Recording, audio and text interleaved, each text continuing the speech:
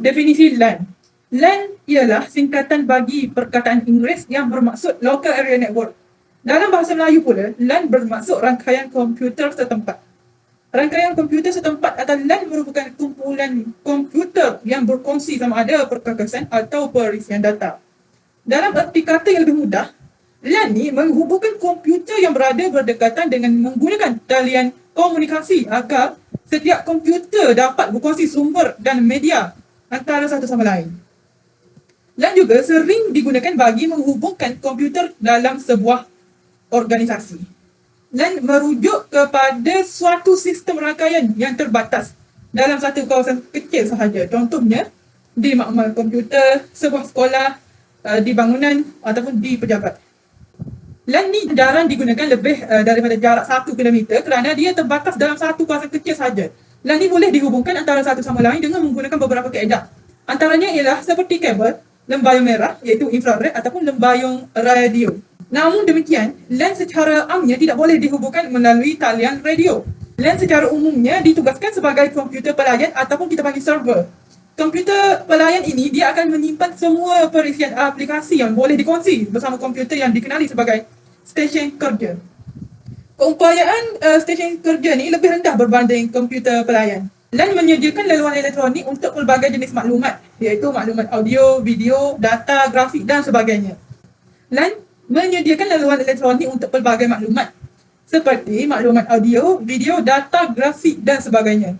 Laluan ini membolehkan pergerakan maklumat melalui sebuah bangunan. Ia boleh berkongsi maklumat serta memudahkan pencetak, memudahkan pengimbasan luaran dan sebagainya untuk dikongsi bersama. Mari kita lihat pula kepada jenis-jenis LAN. Terdapat dua jenis LAN yang paling utama iaitu pelanggan ataupun pelayan. Server atau komputer pelayan merupakan sumber yang mengawal sistem rangkaian. Secara dasarnya, server yang mempunyai cakera keras yang menyimpan data dan juga pencetak yang berkualiti tinggi boleh digunakan ke semua klien ataupun pelanggan yang berhubung dengannya. Klien atau pelanggan pula merujuk pada semua komputer lain yang ada dalam rangkaian yang sama. LAN jenis ini kebiasaannya bergantung kepada server untuk melakukan pemprosesan dan maklumat yang telah siap diproses akan dihantar kepada setiap klien. Server dan klien juga boleh berkongsi dalam melaksanakan pemprosesan. Sistem operasi rangkaian pelanggan ataupun kita panggil klien ni membolehkan suatu rangkaian melaksanakan fungsi dan aplikasi secara berpusat dalam komputer pelayan. Komputer pelayan menjadikan nadi sistem dengan menyediakan kemudahan capaian ke sumber dan juga mengurus aspek keselamatan sistem. Setiap stesen kerja mempunyai capaian kepada sumber, iaitu fail dan perisian aplikasi yang terdapat pada komputer pelayan. Sistem operasi rangkaian juga satu-satunya mekanisme untuk mengintegrasikan semua komponen rangkaian dan membenarkan lebih daripada seorang pengguna berkongsi secara serentak sumber yang sama tanpa mengira kedudukan fizikalnya. Contoh sistem operasi rangkaian yang berdasarkan sistem pelanggan atau pelayan ni, yang popularnya antaranya ialah Windows, Next dan Novell Network. Jenis LAN yang kedua ialah peer-to-peer. Jenis LAN ini menganggap semua komputer dalam satu rangkaian mempunyai status yang sama.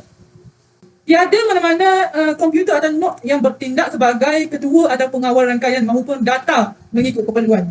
Dalam arti kata lain, sistem ini tidak mempunyai komputer pelayan atau sumber pengurusan berpusat. Kelemahan rangkaian jenis ni dia kurang pantas berbanding jenis klien ataupun jenis pelayan tadi.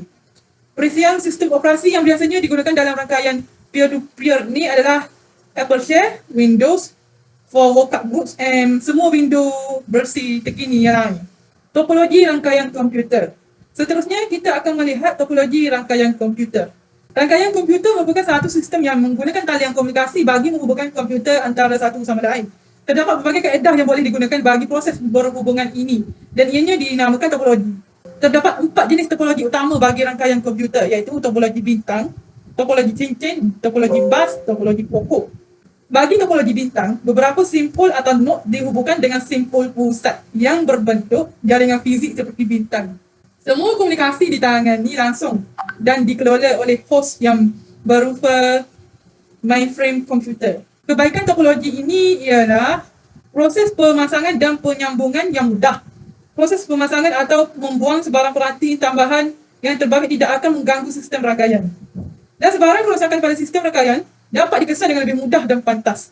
Namun, keburukan topologi bintang ini, dia memerlukan kabel yang lebih panjang daripada topologi bus yang linear. Jika hak rosak, semua node tidak akan berfungsi dalam sistem rangkaian dan memerlukan kos yang lebih tinggi jika dibandingkan dengan topologi linear bus, iaitu kos-kos tambahan hub. Seterusnya, topologi cincin. Bentuk ini merupakan gabungan bentuk topologi loop dan bus.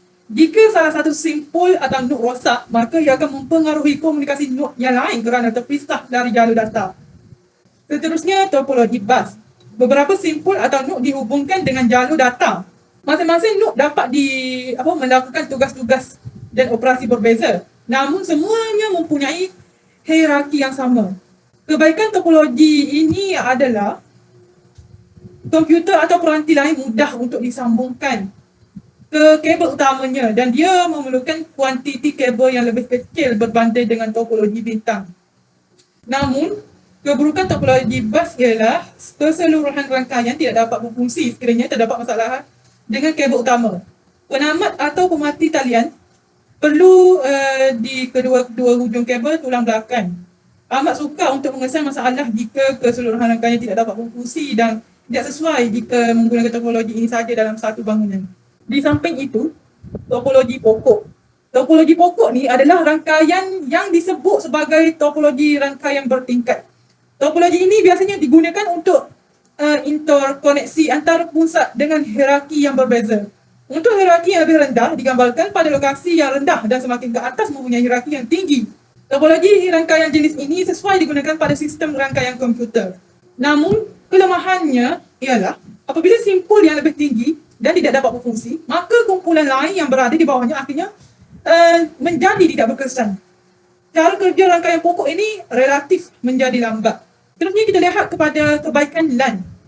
Yang pertama, LAN ni kebolehannya untuk berkongsi maklumat. Yang kedua, kebolehan untuk menyimpan data. Yang ketiga, dia dapat menyediakan laluan elektronik untuk memperolehi pelbagai jenis maklumat. Dan juga disediakan kemudahan proses pencetak. Kalau kita lihat kepada keburukan LAN, kos ni mempunyai penyelenggaraan yang tinggi. Dan juga kebolehan pemproses data sangat lambat. Tidak boleh menyimpan folder pribadi dan tidak boleh disambungkan dengan komputer yang lain dalam jarak tertentu.